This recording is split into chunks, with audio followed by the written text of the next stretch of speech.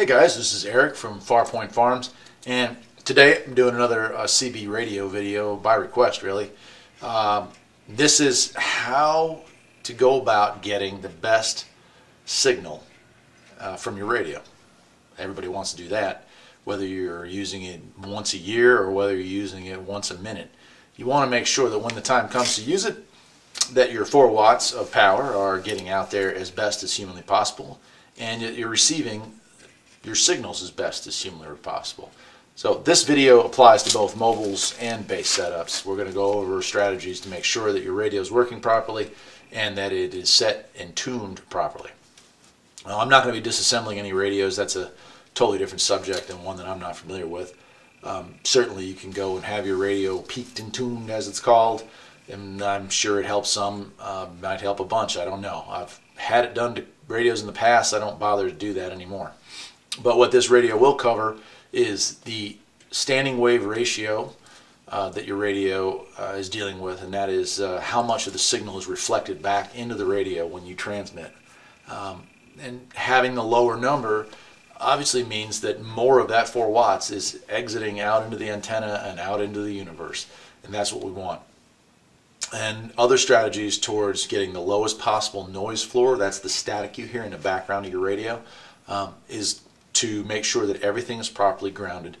The best grounding you have, grounding the radio, grounding the antenna mast, and if it's in your car, making sure that if it's a bumper mount, or even to a lesser extent, but still if it's a magnet mount antenna, that you have a good connection between wherever that magnet mounted antenna is hooked up to and the radio antenna itself. So that's what we're going to be covering today. This is an item you will probably need, and you will have to buy this on the internet, like eBay, where I buy pretty much everything related to CB radios. This is a meter from Radio Shack. Gosh, I hope you all can see that. It's a standing wave ratio meter. It's also a power meter. Has some different functions. Let me see if I can... Oh man, I don't know. This is going to be difficult, but okay.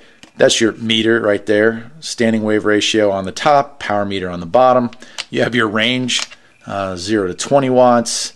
I think that's like 20 to 200 or something like that. And then there's 2,000 watts. Obviously, unless you are doing some kind of competition rig, you're not going to be messing with the top one.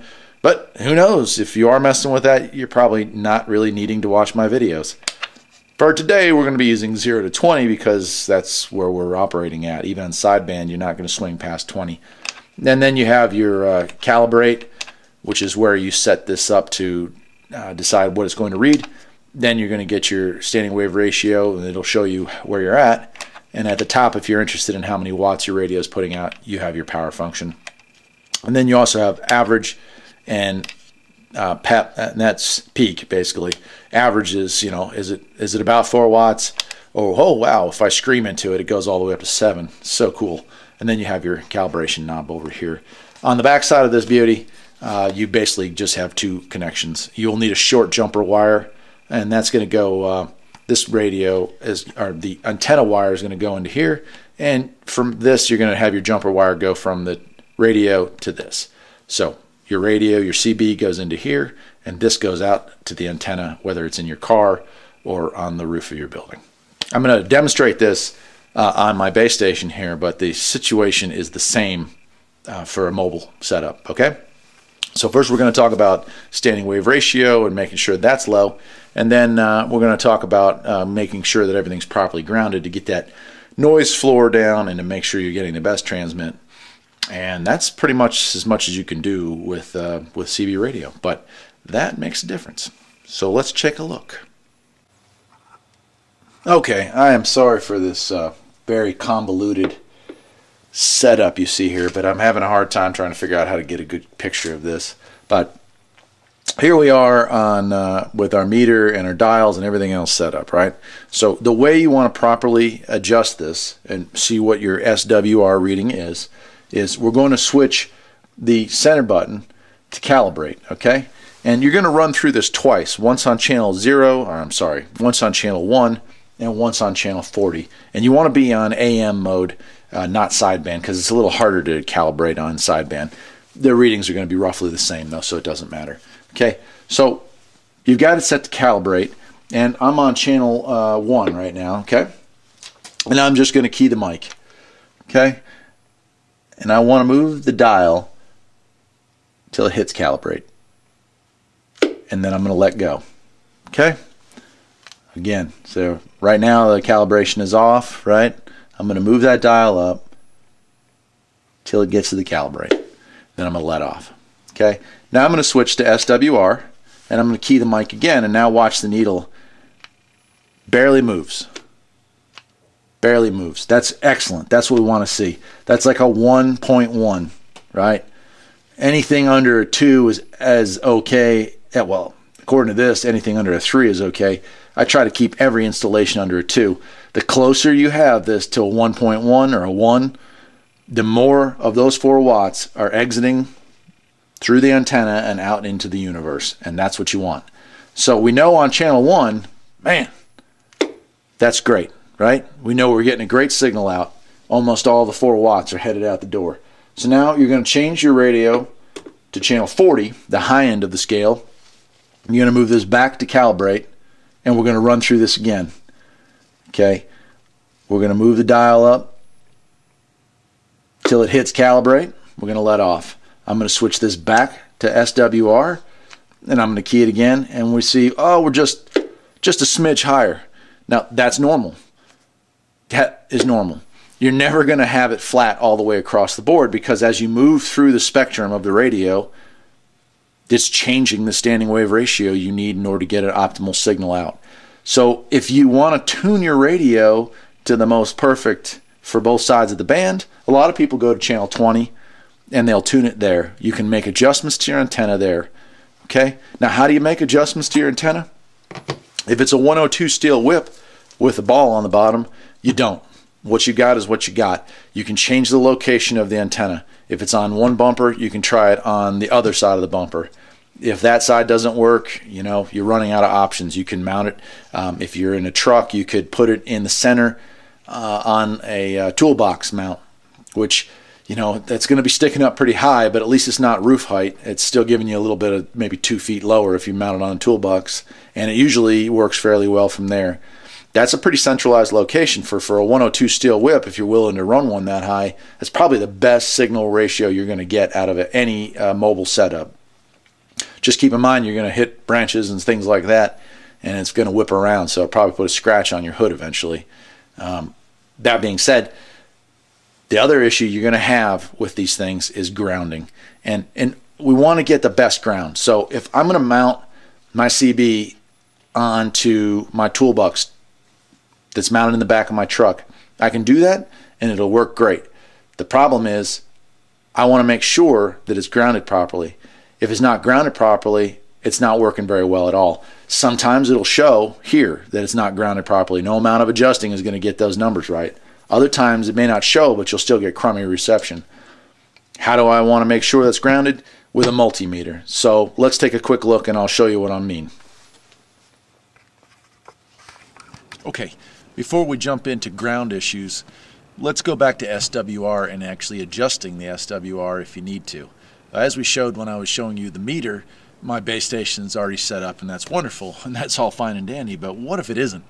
If you need to adjust it on a base station, there's usually a collar that you adjust up or down that changes the wiring inside to give you the best possible reading.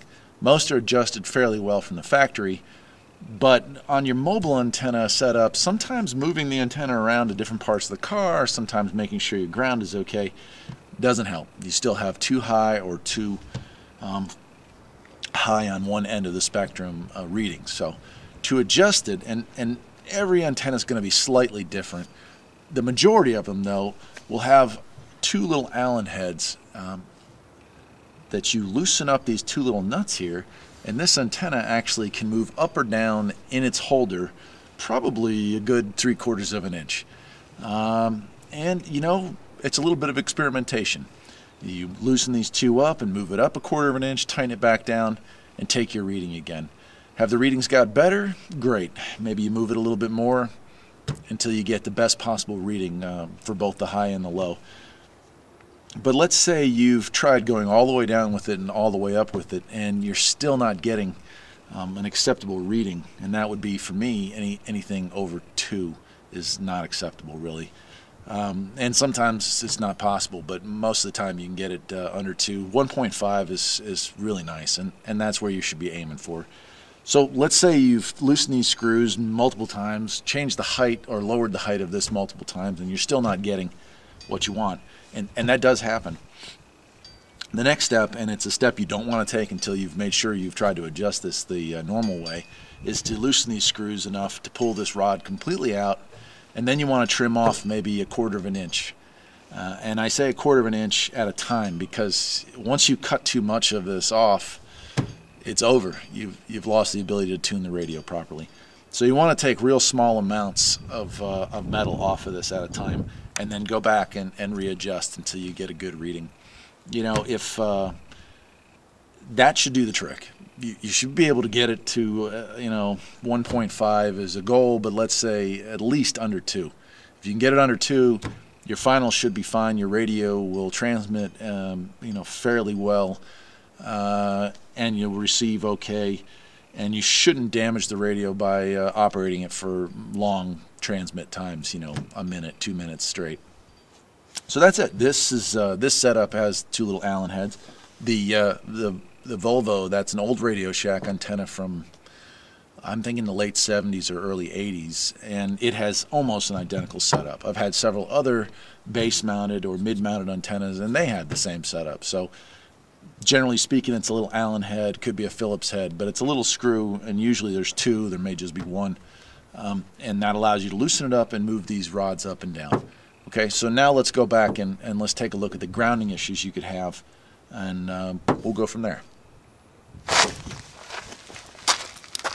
Okay, so like I said, we want to make sure that this has got a good ground. Okay, so how are we going to do that? Well, it's a metal bumper, it's drilled through a metal bumper, and it's attached to a metal bumper, so it's probably a-okay.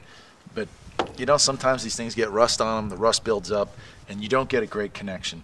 So we're going to need to use a multimeter to do that. If you don't have a multimeter, you're in luck. They don't cost anything anymore. What 15, 20 years ago would have cost you several $100s is now quite literally free at Harbor Freight with a coupon. You can walk into any Harbor Freight and pick up one of these things with no purchase necessary. So let me show you. We want this to be reading ohms. Resistance. We're going to be looking at resistance. That's that little arrow. So 1 would be infinite resistance. We're wide open to the universe. If I touch these 2 together, our numbers drop down to 0 or thereabouts. That means we have a great connection between point A and point B. So we're going to check that, and I'm using it on this bumper, but you can check this if you were to mount it on a mirror, if you were to mount it on your toolbox for your truck. So let's check that. Okay, so here it is at infinite resistance, right? So I'm going to, I've already got my finger up on the frame here with it touched. Now I'm going to touch the bumper, and as you can see, hopefully you can see, the number drops down to about 0. And that means I've got a great ground here. Now, what if I touched this into the frame and I didn't? So if your tool box truck for the back of your truck there didn't have good ground, or this bumper didn't have a good ground, or let's say you had a antenna that was mounted on a mirror and it didn't have good ground, you just have to add a strap. You get a ground strap, and that can be, a nice thick gauge wire, and you drill a small hole underneath where it's inconspicuous, and you run that from there to the frame, and now you're making yourself a good ground again. Just make sure to clean both spots, as rust and buildup and stuff causes resistance. But that's it. I've got a great ground here, so if my SWR is low and my ground is good, and I've got a decent quality antenna cable, then I've got about the best setup you're going to get. So that's pretty much how you check it. Checking a magnetic mount is a little more difficult because you really don't have access to a ground point. It's underneath. Everything's underneath. But it just comes down to making sure that you have nice, clean, dry surfaces when you install your magnet mount. You don't want to have a heavy wax buildup. That causes resistance. Okay, so let's go back into the shop, and we'll finish up. Maybe I'll show you what a good ground looks like on a base station. Matter of fact, yeah, let's do that first. Okay, so we're in the back of the shop now, and this is my base station antenna. And this is an Antron A99. It's I bought sometime in the mid-90s, and I've got it installed here. It's hooked to a 10-foot antenna mast pole after it ends. Now, let's see if I get my finger in here. That right there is a TV antenna. That's not part of the setup, and it comes down, and I've got my high-quality antenna cable, and you can see along with it there's also a ground cable. And this comes down and mounts to the rear of my building, and then below that you can see I have a nice thick gauge copper ground wire that comes all the way down the building until it gets all the way down to here, where it pounds in and attaches right to this. For a home setup, if you're putting this in your garage, if you're putting this in your home or in a shed, you want to make sure to have proper grounding. So proper grounding means a good quality copper ground wire and an 8-foot grounding rod, or even 2, pounded into the ground and with that ground attached to it. And there's 2 reasons you want that. Of course, the main reason is to not burn down this beautiful garage. You know, you want a lightning strike to travel the path of least resistance, and you want that path to be right down to here. So hopefully you avoid static buildup and you don't get a lightning strike. But if you do, you don't want that traveling into the building and self-destructing your radio equipment and possibly destroying your entire building. You want that to fry this thing like a damn light bulb and go right through the ground and dissipate without causing a fire. And if you got to lose your equipment, you got to lose your equipment. You can get spark arresters and other things to go in between the radio and this point to help you know, lessen the blow. But I can't overstress, not just for reception, but for safety. You want to make sure something like this is grounded properly, and that is what my setup is. My last house, I had the setup in the house, and I actually had 2 8-foot grounding rods with 2 separate strands coming down. And you know, I never got hit by lightning, and I don't know if it cost me a few extra bucks for the second ground rod, but it was peace of mind. So I recommend you do that, and that's pretty much it. We'll go back inside, and there's a couple of little things that I forgot to mention at the beginning, and then we're done.